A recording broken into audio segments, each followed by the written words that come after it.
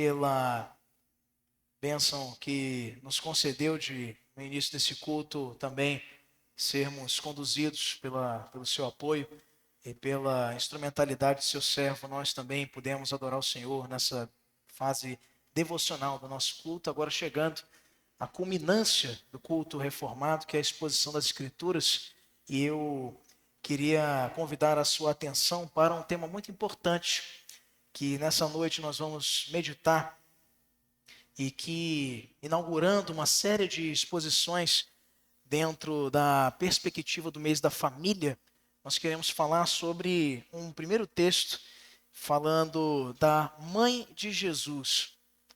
E queria que você abrisse sua Bíblia comigo no texto do Evangelho de João, capítulo de número 19, nos versos de 25 até 27. Nós seguimos a cada Santa Ceia falando sobre um personagem ao redor da cruz. E hoje vamos falar sobre um muito importante. Não tanto quanto alguns defendem, mas também não irrelevante, e que deve ser objeto da nossa atenção. Evangelho de João, capítulo de número 19, e nós vamos ler os versos de 25 até o verso 27. À medida em que você encontrar esse texto, fique de pé em reverência à palavra de Deus e vamos ler com atenção. João capítulo 19, os versos de 25 até o verso 27. João 19, de 25 a 27, diz-nos assim o texto. E junto à cruz estavam a mãe de Jesus, a irmã dela e Maria, mulher de Clopas, e Maria Madalena. Vendo Jesus, sua mãe, e junto a ela o discípulo amado, disse: Mulher, eis aí o teu filho. Depois disse ao discípulo: Eis aí a tua mãe.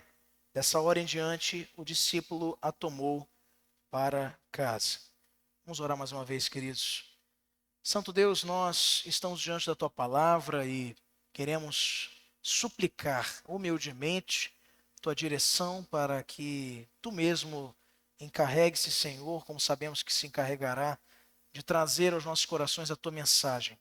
Permita-nos, Senhor, nos concentrar neste momento. Que não haja, Senhor, desejos tolos que desviem nossa atenção para o que tu tens a dizer aos nossos corações. Que possamos beber água depois, usar do sanitário em outro momento, para que estejamos reunidos todos no mesmo espírito de submissão, não ao que o pastor dirá, mas o que tu mesmo, Senhor, falarás ao coração de cada um dos teus filhos e filhas nessa noite. Te pedimos assim, Pai, de maneira muito humilde, sabedores que somos, que a tua palavra pregada, lançada, jamais voltará vazia. É assim que te pedimos, Pai, em nome de Jesus. Amém e amém. Podem sentar, queridos. Uma das personagens mais importantes do Evangelho, sem dúvida alguma, é a mulher que foi escolhida no plano divino para ser a mãe do Messias, o Salvador de Israel, o Salvador do povo de Deus, Maria. E nas passagens em que a sua história é contada, o seu amor ao Senhor é perceptível. Não há como negar o seu Magnificat, que é o seu cântico de celebração por ser agraciada com a mensagem do anjo de que seria ela a mãe do Salvador, do seu povo, e destacando ali em cada um daqueles dizeres, como vemos lá em Lucas capítulo 3, o quanto aquela mulher temia ao Senhor, o quanto ela tinha no seu coração o desejo de agradar ao seu mestre. E embora nós saibamos de igrejas que supervalorizam a figura de Maria, até mesmo colocando-a em patamares e prateleiras indevidas dentro da adoração da igreja, alguns vão dizer que é veneração, mas é adoração. Na verdade, não somente nesta classe, como também muitas outras coisas, como dizia Calvino, tudo aquilo que tira do nosso coração a centralidade de Cristo já é um potencial ídolo em nossas vidas.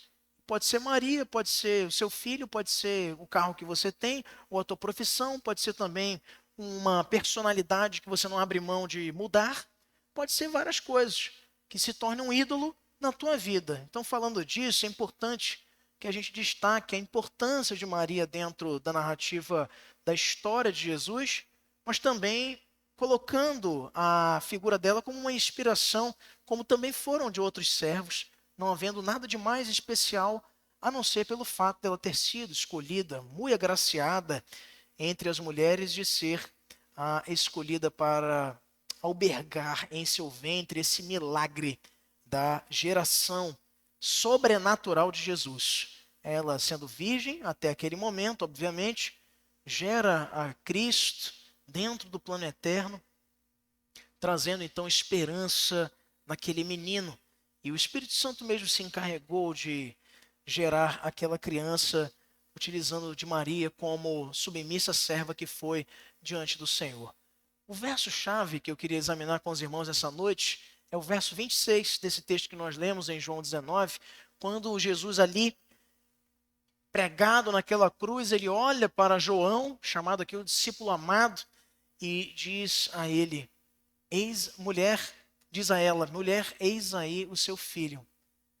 Ali marcando uma passagem de bastão muito importante, tendo em vista que certamente já falecido, que era José, o esposo de Maria, com quem Maria, diga-se de passagem, teve outros filhos.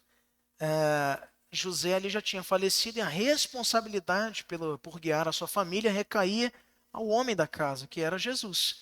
Mas ele havia abdicado, de certa forma, desta responsabilidade, de maneira ajustada com a própria Maria, para pregar o evangelho, para cumprir o chamado para o qual ele havia sido designado, enquanto membro da Trindade eleito para se sacrificar por nós. Então, ao morrer, ele passa essa responsabilidade para o discípulo que tinha um grande afeto, um grande carinho, o mais jovem dentre eles, João, e que então, como diz o texto no verso 27, passa para a sua casa e passa a cuidar de Maria. Queridos, é interessante nós observarmos então essa importância, o amor que Maria ostenta para com o Senhor Jesus é perceptível nos relatos dos evangelhos em relação a ela. E ela claramente é um exemplo do que Deus faz por intermédio de servos rendidos em suas mãos. E a gente queria examinar aqui alguns aspectos da vida de Maria e abrindo esse mês da família, não esquecendo-nos da importância de uma mãe, da importância da figura materna, mas sobretudo daquela que teme ao Senhor e daquela que tem, a partir da sua vida, um canal de abençoar e edificar a sua própria casa, como Maria também aqui nos inspira a pensar. E a primeira característica, o primeiro aspecto da vida da mãe de Jesus que nós poderíamos destacar é o seu caráter de serva. Maria serva nos chama a atenção seguramente, pois muitas coisas estavam em jogo para aquela jovem menina. Seu casamento, sua reputação, mesmo sua vida, porque poderia ela, se fosse falsamente acusada e sem muitas exigências e tribunais que garantissem os direitos, sobretudo das mulheres naquele tempo, haveria ela facilmente de enfrentar um apedrejamento, como ordenava a lei de Moisés, lá em Deuteronômio 22, 20 e 21. E quem sabe poderíamos estar falando de uma história trágica, mas Maria, reconhecendo-se como uma escrava de Cristo, ou do Senhor, rende-se à vontade do seu Senhor, independentemente do preço que haveria de pagar. Como você vê lá em Lucas, capítulo 1, verso 38. Quando Maria estava prestes a se casar, aparece a ela naqueles clássicos textos episódicos que rememoramos muitas vezes no mês de dezembro para as crianças e também para cada um dos irmãos nas celebrações do natalício de Cristo. E Gabriel aparece para ela da parte de Deus e repentinamente aparece onde ela estava, dizendo: salve, bem-aventurada, o Senhor está contigo. E essa saudação perturba Maria, aquela jovem menina, muito agraciada, ela pensa, porque era uma moça pobre que morava numa vila insignificante, nos montes da Galileia, e fica incomodada, começando a pensar e meditar sobre isso. Uma característica que a definiria como a sua própria personalidade. Uma mulher cheia de graça, do favor de Deus. E não como uma geradora de graça, mas como uma receptora da graça do próprio Senhor, como eu e você também somos. Ela recebe ali a graça do Senhor, maior que não poderia haver no mundo inteiro, pois teria um filho sem auxílio de homem algum. Quem sabe, se me ouvirem algumas mulheres defensoras de militâncias odiernas ou contemporâneas, dirão que, olha, esse era o meu maior sonho, gerar um filho sem a necessidade de homem algum. Empoderamento é a assinatura do nosso século presente em relação a falsas compreensões sobre liberdade e individualidade. Mas aqui Maria, ela recebe esta graça não pelo fato de que sozinha geraria esse filho, pois não seria possível. Ela recebe tamanha graça do Senhor porque um milagre estava prestes a acontecer, e no seu ventre o próprio Espírito Santo se encarregaria de gerar aquele que viria a esmagar a cabeça da serpente. Deus usaria, com o Espírito Santo a envolvendo, como diz aí o texto em Lucas, e o Filho do Deus Altíssimo nasceria a partir do seu ventre. Deus usaria aquela serva como um instrumento para que cumprisse-se a sua palavra profetizada em Isaías capítulo 7, verso 14. Eis que a virgem conceberá e dará à luz um filho e lhe chamará Emanuel, que quer dizer Deus conosco. Por meio daquela serva humilde, pobre, jovem, viria o Filho do Altíssimo, o Emanuel, o Rei dos Reis e Senhor dos Senhores, aquele que sentaria de maneira perene para reinar pelos séculos dos séculos no trono de Davi. Um milagre a acontecer na vida de uma jovem pobre da Palestina, na região da Galileia. Mas muitas coisas estavam em jogo. Como já dissemos, sua reputação, seu casamento. Ela não tinha certeza, por ter sido avisada sem saber que José também seria advertido em sonho pelo anjo, de que não deixasse sua esposa, sua noiva, melhor dizendo. Muitas consequências possíveis pairavam na cabeça daquela moça. Ela, entretanto, se rende ao Senhor como uma serva. Ela se rende ao Senhor não apresentando nenhum tipo de obstáculo, muito pelo contrário, se alegrando pelo Senhor a ter escolhido para essa tarefa. Maria tinha visto sua parente Isabel, estéril, conceber um filho já na sua velhice, como está lá em Lucas 1, 24 a 57. Ela viu o testemunho do seu noivo, que ao pensar em deixá-la, tinha sido impedido por um anjo do Senhor, como está lá em Mateus 1, de 18 a 25, provando aquilo que Gabriel disse para ela no anúncio do nascimento de Jesus. Porque para Deus não há nada impossível. Porque ela respondera para o anjo, mas isto é impossível? Eu ainda não conhecia a homem algum.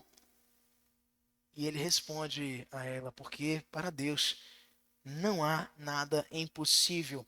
Lembramos, queridos, que quando os pastores chegavam apressadamente, já após ela ter dado à luz ao menino, em Belém, contaram tudo sobre a visita do anjo. Isso tinha causado admiração entre os que estavam presentes, mas Maria tinha um entendimento mais profundo do que estava acontecendo, como está lá em Lucas 2,19, onde o evangelista registra: guardava ela todas estas palavras, meditando-as no coração.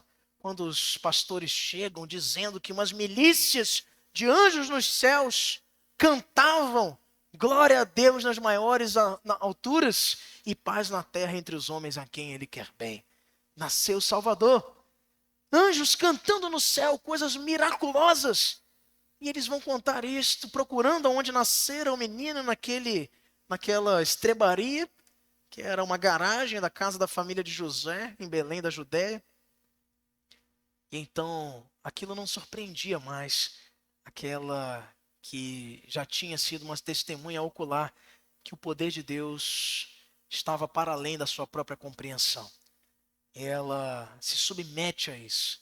Muitas vezes, queridos, por mais obstinados que nós estejamos em descobrir, em testemunhar o poder de Deus, poucas vezes isso está diretamente associado com a nossa disposição em servi-lo. É porque tem muita gente na igreja que quer ser espectador dos milagres, que quer ser um agente do entretenimento da fé, mas não um participante, um instrumento de realização do poder de Deus. Maria já não se surpreendia porque a sua própria vida já tinha sido experimentada, provada e aprovada pelo Senhor, sendo ela uma serva fiel a Ele, no tocante a ter obedecido a todas as recomendações que o anjo havia lhe dado da parte do Senhor, como também do próprio Deus em todos os momentos ali que antecederam e que sucedeu-se no nascimento de Cristo. Assim como Maria, queridos, nós estamos nos entregando à vontade de Deus, nós estamos crendo que ela é boa, que ela é perfeita e agradável para nós. Vamos estar lá em Romanos 12, de 1 a 2. Mesmo que as circunstâncias não se mostrem de alguma forma favorável, será que mesmo em momentos que nossa vida, nossa família, os nossos sonhos são colocados à prova, nós temos confiado inteiramente no Senhor? Nós temos nos rendido ao seu querer? Ou somente quando, a despeito de qualquer circunstância, nos entregamos totalmente ao Senhor, é que experimentamos em nossa vida os impossíveis de Deus? Não tem outro jeito, é só dessa forma. É só quando você baixa a guarda, é só quando você confia de maneira plena e convicta de que Deus pode realizar muito além do que você pode imaginar, é que nós conseguimos enxergar com nitidez o poder e os milagres do Senhor. Eu costumo sempre lembrar isso porque tem gente que pensa que Deus cessou seus milagres na história, pois eu conheço muita gente, alguns aqui nessa noite, sentados aqui nesses bancos dessa igreja, que são testemunhas vivas de milagres de Deus. Gente que não era para estar viva mais aos olhos da ciência, aos olhos da humanidade, mas que o Senhor, pela sua boa misericórdia, manteve, susteve e direcionou curas, direcionou salvação, que em grau máximo é o maior milagre que nós já testemunhamos. Testemunhou fertilidade onde não existia. É o Senhor que continua agindo. Pastor, mas nós somos calvinistas reformados, eu sei, mas Deus é Deus, Deus não é calvinista. Deus não é reformado. Nós somos reformados, calvinistas, temos um entendimento sobre dons na igreja, qual é a sua finalidade, que é o serviço e a capacitação dos santos. Não é para êxtase, para aparecimento, para embelezamento de culto, de liturgia. Não é para isso. É no secreto de uma manjedoura. É no caminho para uma cidade interiorana da Palestina, para uma criança nascer quando nenhum homem havia coabitado com aquela jovem menina. E assim, cumprindo-se a profecia de mais de 700 anos antes de seu nascimento, com respeito ao menino que nasceria da Virgem e se chamaria Jesus. Deus salva, é isso que significa o seu nome. E nós, como Maria, nós temos nos rendido ao querer de Deus ou temos nos deixado levar pelas nossas próprias conveniências? Um outro aspecto importante, meus irmãos, para examinarmos sobre a vida de Maria é a sua dedicação enquanto mãe.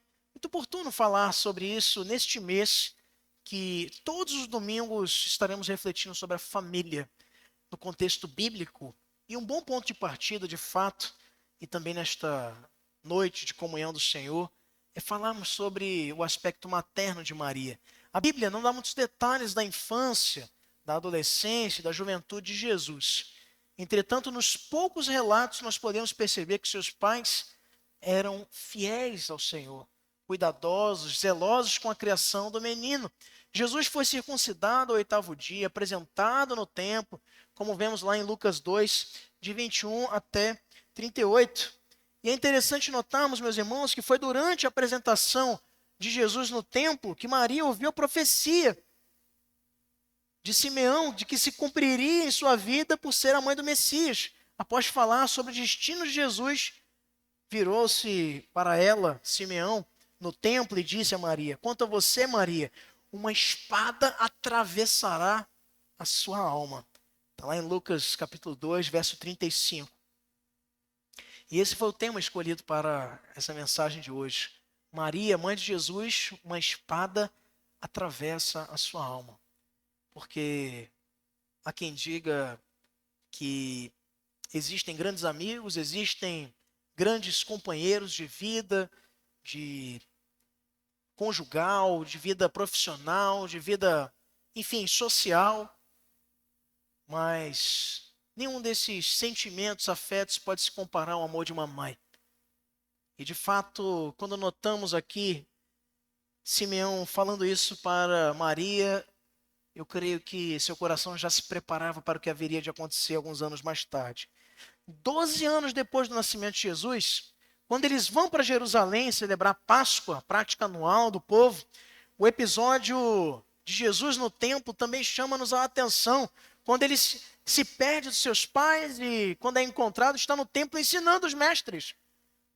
Curioso para uma criança de 12 anos. Foi achado assentado no meio dos doutores, ouvindo-os e fazendo-lhes perguntas.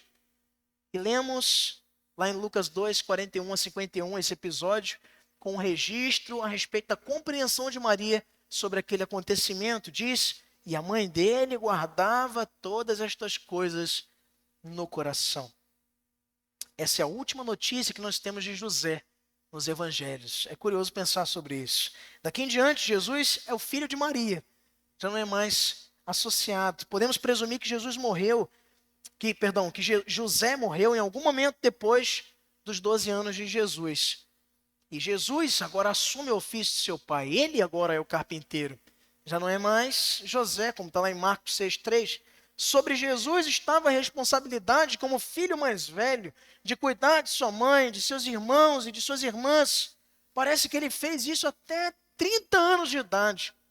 E a essa altura, quase todos os outros filhos já estariam em condições de compartilhar o fardo de cuidar da sua mãe viúva. E ele pode, então, de maneira desimpedida, assumir seu ministério e convocar os 12, ensinar-lhes durante 3 anos para que dessem prosseguimento à sua obra após a sua morte e ressurreição aqui na terra. Meus irmãos, Maria também nos é aqui um bom exemplo de mãe, embora com poucas informações, nós possamos vê-la sempre conduzindo a criação do menino Jesus com grande temor no seu coração, ensinando a obedecer, chamando a atenção, mesmo sendo ele o filho de Deus, quando se desgarra dos pais e prega esta peça lá no templo, ensinando os doutores. Uma boa mãe assim procede, mesmo ferindo seu coração com uma profecia como aquela dada por Simeão, de que uma espada atravessaria sua alma, ainda assim sabendo do munus e da responsabilidade que ostenta uma mãe para criar seus filhos na disciplina do Senhor. Um outro aspecto interessante é vermos também o envolvimento de Maria, meus irmãos, com o ministério de Jesus. Primeiro, envolvendo-se ela diretamente com o primeiro sinal da sua trajetória. Como vemos lá em João capítulo 2, versos de 1 a 12, as bodas de Caná da Galileia. Maria estava presente lá nesse primeiro sinal, na festa de casamento, onde Jesus transforma a água em vinho, realizando o seu primeiro milagre. Nessa passagem, Maria, os discípulos e Jesus estavam presentes em um festejo. Para a surpresa de muitos que pensavam que Jesus não frequentava festas, não comia na casa das pessoas, não andava pelas ruas conversando, rindo, se alegrando com seus amigos e pregando o evangelho, vivendo o reino de Deus de maneira pura e genuína. Mas os próprios escribas e fariseus de seu tempo, renegando a legitimidade universal do Filho de Deus de apregoar a sua obra aonde quer que ele andasse, queriam enclausurar a vivência da fé ao espaço litúrgico do templo. E esse era um engano muito grande, o que os fizeram persegui-lo até o fim. Mas ali está ele num casamento onde acontece o seu primeiro milagre. Nós não sabemos, meus irmãos, o motivo do envolvimento de Maria neste casamento. Possivelmente a hipótese de que ela fosse responsável por ajudar na organização, ou pode ser, mais provavelmente, que os noivos fossem amigos da família de Jesus, de Maria, de seus irmãos. E de qualquer forma, o importante é notar que ela chama para si essa responsabilidade, não por nenhuma razão soteriológica ou qualquer outra motivação de intermediação, como querem defender algumas falsas teologias por aí, mas por um simples cuidado com a festa que a caracterizava, muito provavelmente, como uma amiga da família. E ela vai até Jesus informando a situação. Acabou o vinho. Mas, de qualquer forma, ela conhecia seu filho, ela já sabia que ele poderia intervir. E por isso, ela não foi somente até ele. Ela também convocou outros que estavam contribuindo ali com aquela festa de casamento para que obedecessem a todas as ordens que ele dissesse. Por fim, nós vemos naquela história a realização do primeiro sinal, a primeira maravilha que o Senhor realizou, dando abertura assim aos sinais presentes no testemunho de que ele era o Filho de Deus. O que era somente água se torna não apenas vinho, mas dos melhores. Como diz o texto, vinho do bom, vinho gostoso, vinho apreciável, que admirou e tomou de surpresa a todos aqueles que ali estavam festejando. E Maria estava ali, de certa forma, envolvida também, apontando para Jesus. Essa foi uma situação muito particular e peculiar, meus irmãos. Depois Jesus não transformou mais nenhuma outra água em vinho. Foi só essa vez. Contudo, Maria levou o problema até Jesus. Ela não resolveu porque não tinha nem poder para isso. E ele, de um jeito improvável, resolve a situação. E nós? Você e eu temos cultivado um relacionamento com o Senhor que nos leva a confiar nele a ponto de entregarmos qualquer situação em suas mãos, para que no final possamos ver milagres maravilhosos da sua parte? Ou você tem duvidado? Não vou importunar Deus com isso. Como eu vejo gente falando isso? Não, pastor, eu não vou importunar o Senhor com isso. Eu tenho uma situação, eu tenho uma caixa de pendências no meu trabalho, eu estou preocupado se eu vou conseguir resolver. Mas deixa Deus fora disso. E por que deixá-lo? E por que deixar Deus fora disso? Se você pode entregar as suas lutas e ver o seu agir se completar na sua vida. Ah, pastor, mas isso é uma coisa trivial. Por acaso o vinho era muito importante? E ele vai lá e resolve. É porque ele também está intrinsecamente preocupado com a nossa satisfação e com a nossa alegria, mas sobretudo para que o obedeçamos com fidelidade. E se isso nos aproxima dele, ele não encontra nenhuma dificuldade em nos atender às orações. Nós precisamos confiar, meus irmãos, que ele pode resolver a trivialidade no nosso dia a dia. Senhor, eu queria nesse ano ter um ano mais feliz, mais satisfeito. Coisas magníficas, mas você tem pedido para ele para gerir melhor suas finanças? Você tem pedido a ele para você ser uma pessoa mais cordata, mais gentil? Será que você tem pedido a ele para que ele te capacite a ser um profissional de excelência, aonde você estiver colocado, para brilhar a luz de Cristo em todos os ambientes onde você puder testemunhar do seu amor e da sua palavra?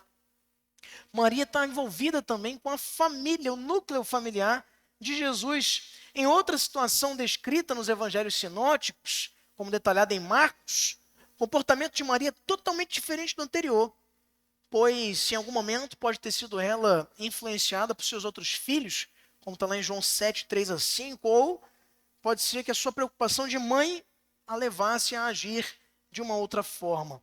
O que sabemos é que a família de Jesus, ao ouvir que ele não podia nem se alimentar por causa da multidão, foi atrás dele para prendê-lo. Prendê-lo entre aspas, para levá-lo para casa. Não, acabou teu ministério. Você não está comendo? Vamos para casa. Dizendo que ele estava louco, e Maria estava lá entre eles. Veja lá comigo em Marcos, capítulo 3, verso 31. Evangelho de Marcos, capítulo 3, verso número 31. Até 35. Nisto chegaram sua mãe e seus irmãos, e tendo ficado lá de fora, mandaram chamá-lo. Muita gente estava sentada ao redor dele e lhe disseram: olha, tua mãe, teus irmãos e irmãs estão lá fora à tua procura. Então ele lhes respondeu dizendo: quem é minha mãe e meus irmãos?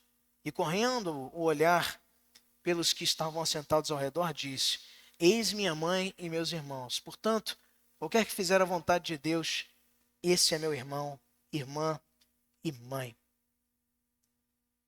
Interessante notar que Jesus usa desse episódio onde Maria estava um pouco afoita ali, preocupada com seu filho, não é?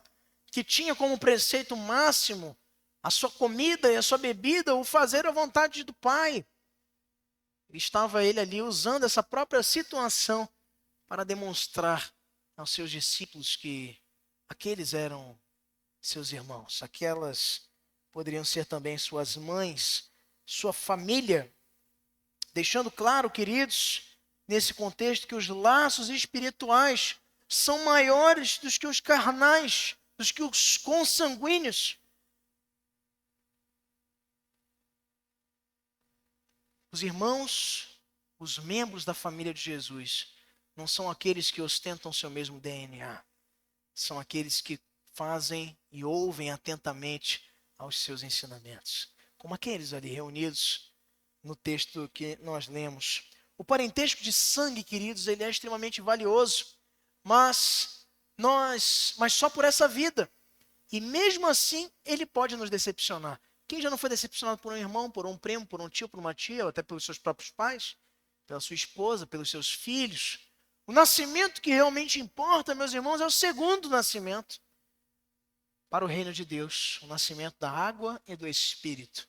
Sobre esse parentesco, a morte não tem poder, pois todos que estão no reino compartilham da vida eterna. Valorize e ame os seus irmãos em Cristo, porque esse laço, como Cristo nos coloca aqui, é o que permanece eternamente. E finalmente, queridos, nós queremos ver ainda uma última característica de Maria, que é a sua presença junto à cruz. Após os relatos do ministério de Jesus, nós encontramos Maria até o fim, perto da cruz do seu próprio filho, vivenciando aquilo que fora profetizado por Simeão. Uma espada estava atravessando a sua alma. Presenciar a morte injusta de Jesus, seu primogênito, que foi concebido sob várias promessas de redenção e libertação de seu povo, não fazia para ela sentido algum, como não fazia para nenhum discípulo. Em meio à dor e ao sofrimento, algo acontece. Jesus, prestes a morrer, levando sobre si os seus e os meus pecados, as dores da sua igreja, o peso da ira de Deus derramando sobre a sua cabeça, ele olha sua mãe junto a João, e em um momento de grande esforço, já desfalecendo, fala com ela: mulher, eis aí o seu filho. E aí ele diz: mulher, João, eis aí a sua mãe. Porque o cuidado de Jesus, até mesmo neste momento, sobressai em relação à sua dor, para que pudesse amparar sua própria mãe. Daquela hora em diante, Maria encontra uma nova família, pois nos é dito, o discípulo a tomou para casa. Verso 27. Uma família, queridos, com laços não são terrenos, passageiros. Uma família de verdade é reunida pelos laços da família de Deus, é unida pelos vínculos não biológicos, mas do Espírito Santo, por intermédio do sangue, não dos nossos parentes ascendentes, mas pelo sangue de Cristo, derramado no Calvário e que nos faz irmãos, membros de uma grande família.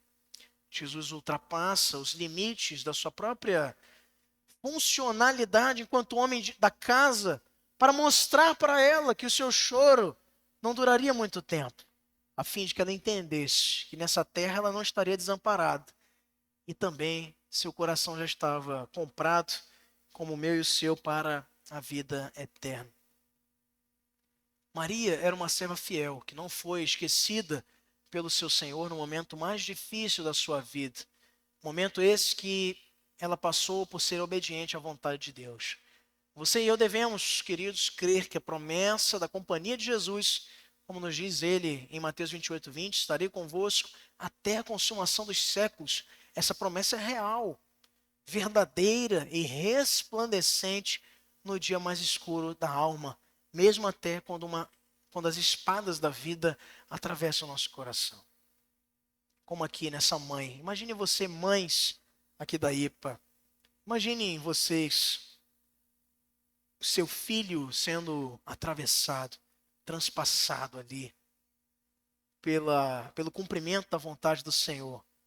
Mesmo que buscando encontrar explicações e lembrança daquilo que ele mesmo já havia advertido para eles, que se sucederia, que importava que ele morresse para que ao terceiro dia ressuscitasse e assim consumasse o plano eterno da salvação. Mesmo assim, é muita dor para um momento de organização de ideias. Talvez eu poderia dizer que para os homens esta tarefa seja um pouco mais fácil. O homem ele é notoriamente mais racional, mais da razão, mais do pragmatismo. Você não vê Abraão choroso lá quando tem que entregar Isaac. Certamente seu coração angustiado por ter que entregar seu próprio filho em cumprimento ao que Deus havia lhe pedido naquela madrugada. Né? E cadê a oferta? Levou só a lenha. E chega no monte e Deus provê como ele havia dito que faria. E dá o cordeiro, provando ali a obediência de Abraão. Mas você não vê esse lamento, esse choro, aquela coisa dramática. A mãe ela tem um quê especial para isso, não tem jeito. Por mais, meus irmãos, que a nossa sociedade vá tentar desqualificar o sentimento instintivo da mãe, como sendo um sinal de fraqueza, pois, na verdade, quero dizer para você que isso é uma grande besteira. É fato, isso é biológico, é hormonal e é lindo. Não deve ser rejeitado. Não é um sinal de que você é fraca ou negligente ou não é capaz de lidar com as suas emoções, mães. É um sinal da bondade que atravessa a razão. É um sinal da pureza, do afeto que não compreende as próprias justificativas das coisas que estão acontecendo ao nosso redor e sequer da lamentar pelo sofrimento daquele fruto gerado no seu ventre, seus filhos. Maria chorou ali por uma espada atravessando sua alma como uma mãe, exemplificando-nos o que qualquer mãe em seu lugar, genuinamente amorosa e preocupada, faria. Mas, ainda assim, Jesus não a desampara, estendendo para ela uma responsabilidade de agora ser protegida por João. E assim o foi até o final. É interessante notarmos, meus irmãos, alguns detalhes importantes, como, por exemplo, Joel Bick, grande autor reformado, nos ratifica sobre o exemplo de Maria.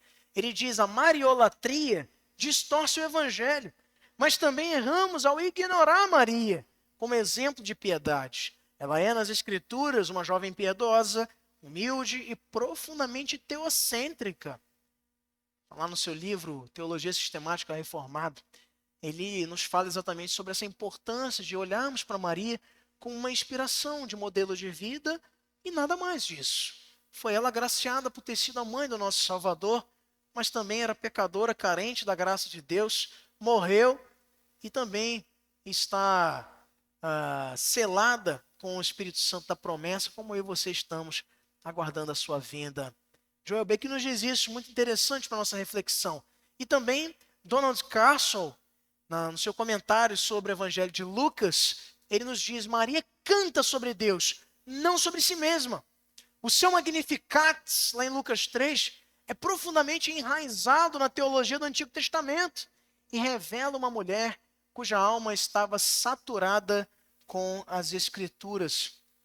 Eu queria convidar a sua atenção para esse texto, lá em Lucas, no capítulo de número 3, nós vamos ler este bonito registro do cântico chamado Cântico Magnificat, o cântico de Maria, quando então recebe o anúncio, melhor dizendo, em Lucas capítulo 1, nos versos de 46 a 50 de 46 até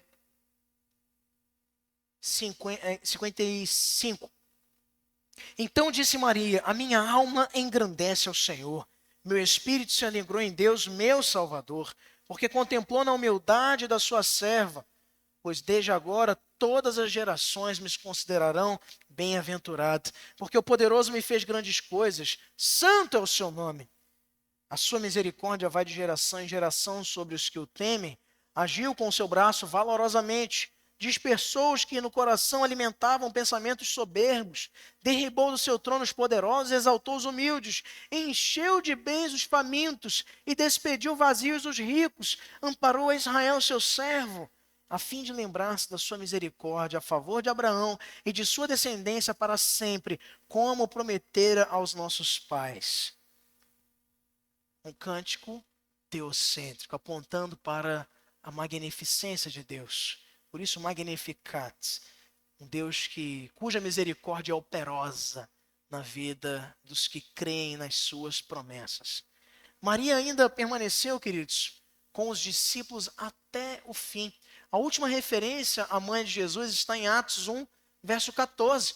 Ela estava com os discípulos e seus outros filhos, perseverando em oração em Jerusalém.